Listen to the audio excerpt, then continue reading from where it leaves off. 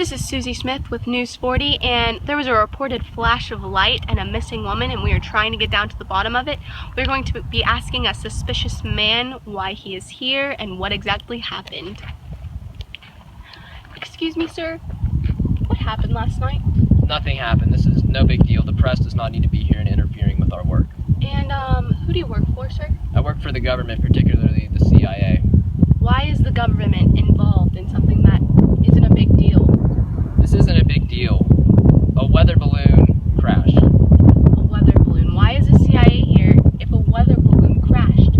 It's all government property. We have to analyze the schematics of the weather balloon to determine if this may be a threat. And can you, a threat? A weather balloon is a threat?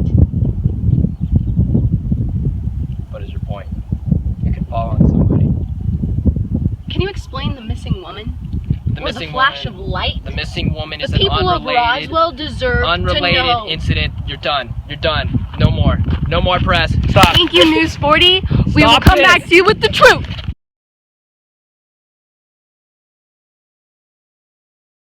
This is Susie Smith with News 40, and I've come back to the scene to do my own research because I feel like they were not telling us the truth.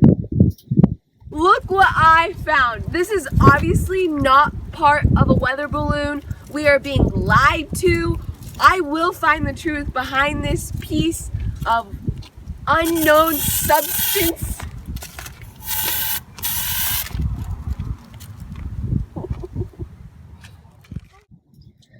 Please do this to my granddaughter. It's my dying wish to know the truth.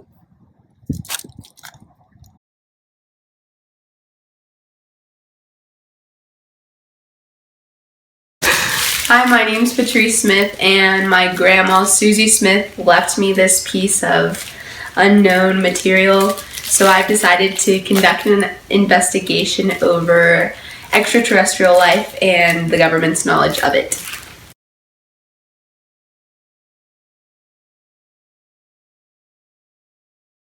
Hi, I'm Patrice Smith. Roberta. So, how did your affiliation with extraterrestrial life begin? Well, my background in physics and engineering landed me a job interview, and I was hired to work in a remote area. So basically, the federal government hired me to work on an alien spacecraft. Why are you sharing what you know with me today? I wanted to protect myself by going public with the story. I wanted to share what I know and what I've seen. So, once you were hired, what exactly happened? I had to sign a secrecy agreement. Basically, it stated that I was sentenced to 10 years if I shared any of the information that I saw. Oh, how did the project begin? So it began, I was approached by a number of hangars. It was a pretty oppressive military atmosphere. So, did you ever explore the hangars? Yes, I went into one. It was extremely large, and inside they were storing a flying saucer. And I reached out to touch it and immediately was advised not to. Why did the government have possession of these saucers? I'm not quite sure, but their aim was to duplicate the technology they saw with objects on Earth. So, when did you mostly work on the project? Well, they had me working irregular hours. They only called me when they needed me. So sometimes they'd call me at 11:30 at night and say, "You need to get down here." But why did you not continue working on this project? I felt that I could no longer abide by my confidentiality agreement. Okay. So earlier you said that it was an oppressive military atmosphere. Why did you describe it in that way? Well, one night I was exploring where the spacecraft was, and the security found me. They took my ID and they questioned me on everything. And the sheriff found me and just took me into questioning. And my employers found out that I was sharing information. They were extremely mad, and I was released from my duties. Okay, thank you. Thank you. So since you're a primary witness and the government took you to a base that contained alien evidence, we decide did to take you onto the team because you do support that the government knows and they are trying to cover it up. Well, yes, actually, I was almost killed by revealing my information, and I wanted to become public with all of my evidence and what my story is, and if I am killed, then everything I'm saying is true. Oh, well, thank you and welcome to the team. Thank you.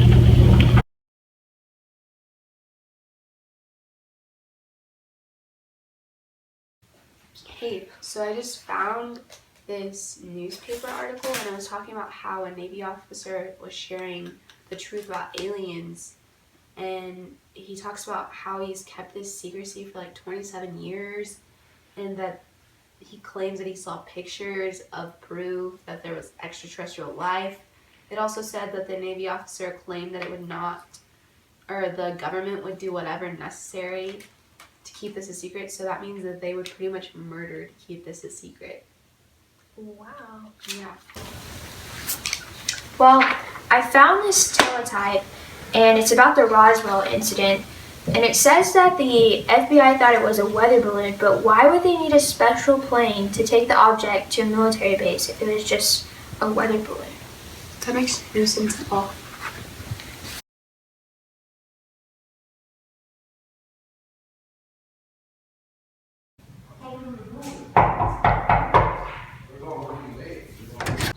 Hey, found this guy on the side of the road. He says he believes in aliens, and the government knows. They're real. And he gave me this cool hat. They know.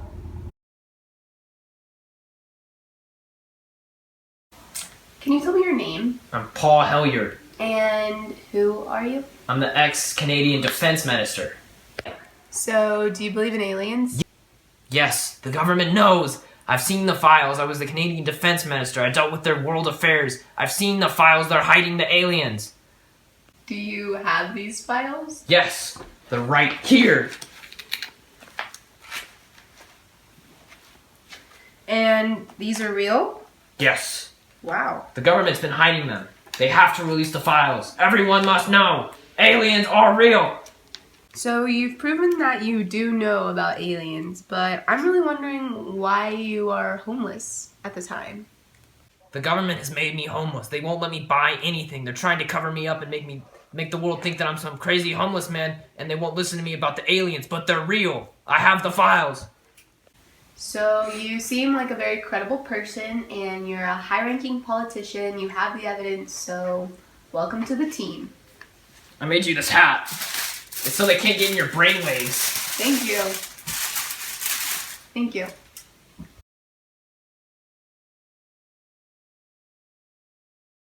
So today I was researching, and I found that in the Roswell Daily Record, they talked about how a rancher had possession of this disc that he found, and he notified the sheriff, and then the sheriff notified the Roswell Army Airfield, and they got the disc, and then they sent it to higher headquarters.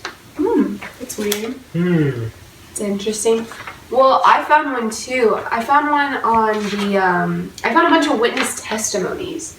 So there's literally all of these people that gave their testimonies saying that they found a flying saucer saw a flying saucer in Roswell.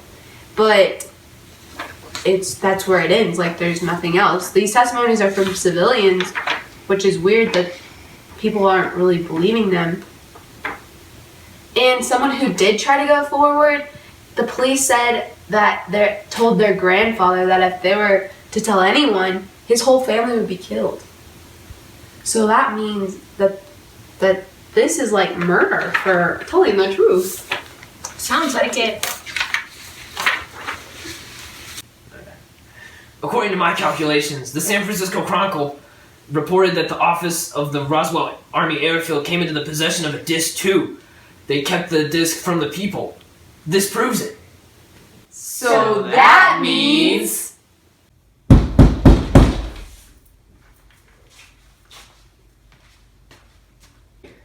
Patrice Smith, we heard about your little research project. We hear you're trying to expose us. We can't allow you to overthrow the government and reveal our secrets to the American people. This is the truth, and y'all will not hide it anymore.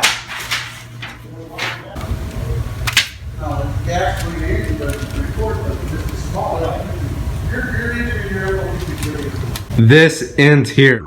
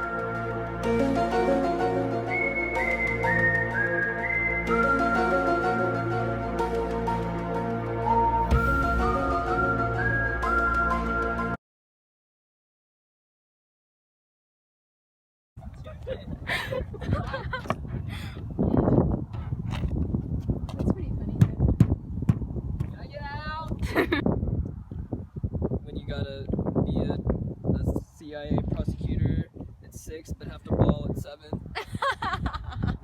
Hey!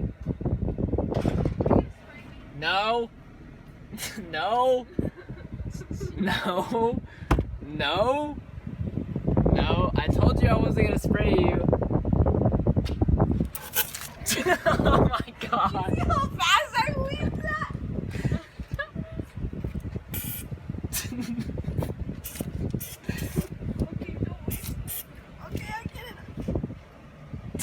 Well, you were in the way. You should have just taken it. And why did you not continue working on this project? Because I did not abide by my I don't know. Stop doing it! Stop! Take her! Take her!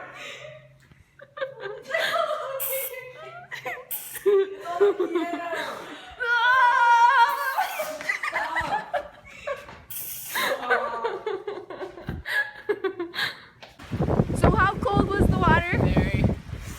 Super cold. Do you think we deserve 10 extra points? Yes, definitely. Definitely. Yeah.